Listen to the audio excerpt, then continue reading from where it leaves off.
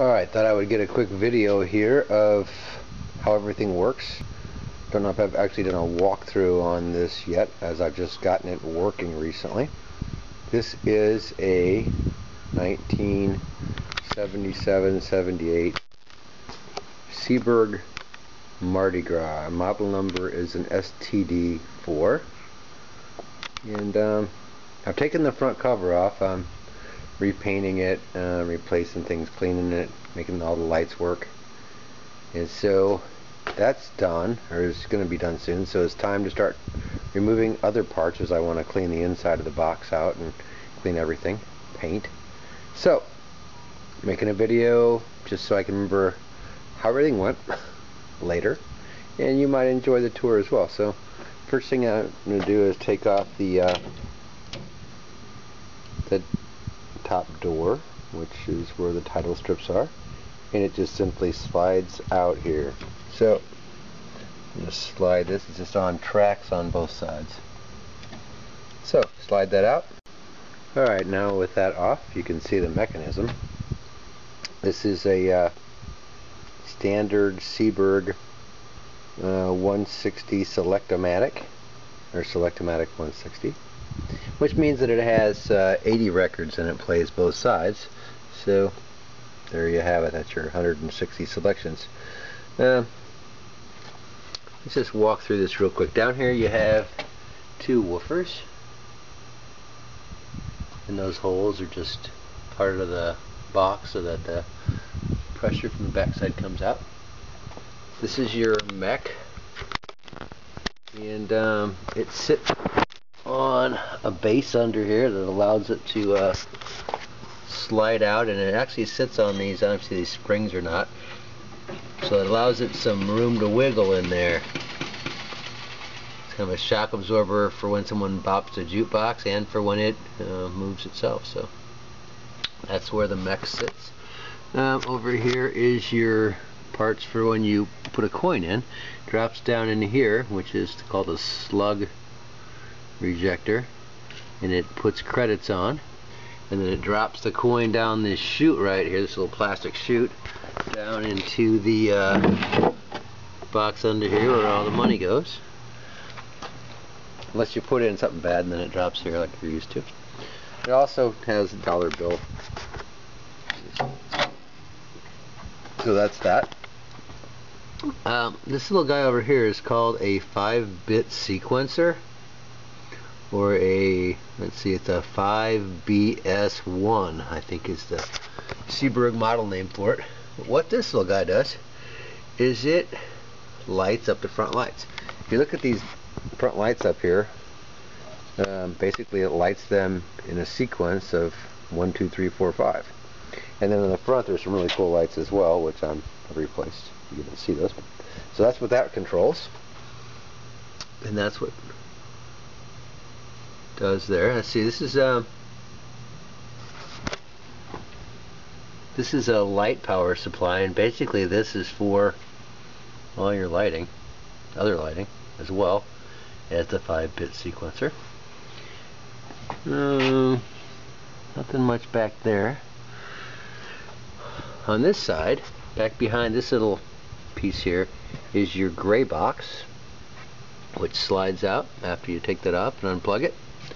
Here's the controls that are really good to use. There's if you want to add credits, or if you want to reject a record, or if you want the mechanism carriage to go back and forth. That's what that controls. And of course this is your record rack where you put the records in. And let's see, might as well pick a record out while we're at it here. Let's see, might as well start off with the first one.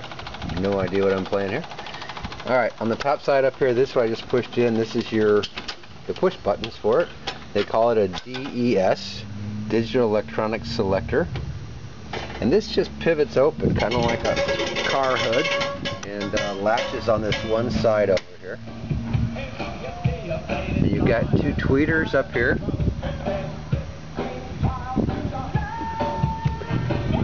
And so that's the mech down there.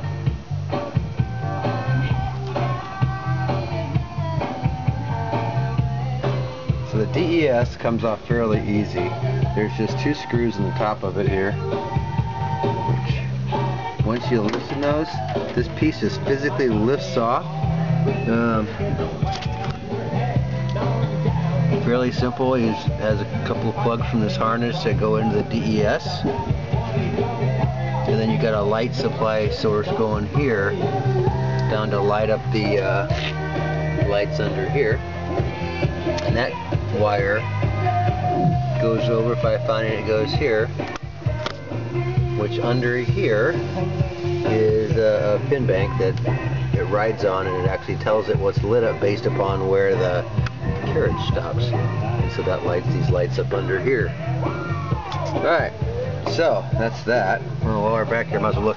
This thing here is called a SN12. It's a stereo network, which is actually in the real world called a crossover. And what that does is it takes this from the amplifier, it comes into here and it splits out some high frequencies to go to the 2 tweeters, these horns up here, and then it splits out the low frequencies to go to these wires here, go down to the bass, so you can hear the difference. There's just the there you go. So that's that. That's your stereo network, and it's got some lytic capacitors that you need to look at in there. If you have one of these, they go bad. Alright, so that's the downside of it. Oh, there's a plate in the back that you can actually get into the mechanism, and you can kind of see how it lifts up here. This little thing you can push down, and it actually will release that. You can actually drop it out the backside, and it's going to fall if I let it go. Shouldn't do that one-handed. Anyway, but that's how that works. So you can get into the back and work on it. What else to tell you on the bottom part here? I don't know if I could do this one-handed, so I'm gonna open that up, but I gotta turn this off. Alright, so here's the back panel, and I push this from the inside, this piece, and it's just spring-loaded to let it come off. So that's just a piece there. So now you can actually look in here and you can actually see that's your mech, and it's just playing a record. So this part of the mech is called the carriage, and it's called a trip switch, and there it goes, back and forth. And it scans twice, and then it'll end up back over at this side where its home base is. Since I didn't select another record, if I selected another one, it would just go and pick it up and keep playing in order. There you go. So it's happy and stopped. Alright, so now you've seen that. Pretty exciting stuff. Let's see what else is back here. Oh, there's a sticker that tells you that this truly is a phonograph. They didn't ever call them jukeboxes. Seeburg didn't call things jukeboxes, even until the very end. They call them a phonograph. This one's an STD4. Here's your on-off switch for it. It's just a basic toggle. There's your power cord. These are handholds to lift it, because this thing is heavy. It's like, I don't know, 370, 380 pounds. Up here is a reject, so if I wanted to reject a record that was playing and go to the next one, I just simply push that sideways. Here's your master volume control. The remote control the volume. It's got some vents back here because behind there is your amplifier, and it does get quite warm, and it needs this venting, so that's that. Alright, I guess I can put this back now.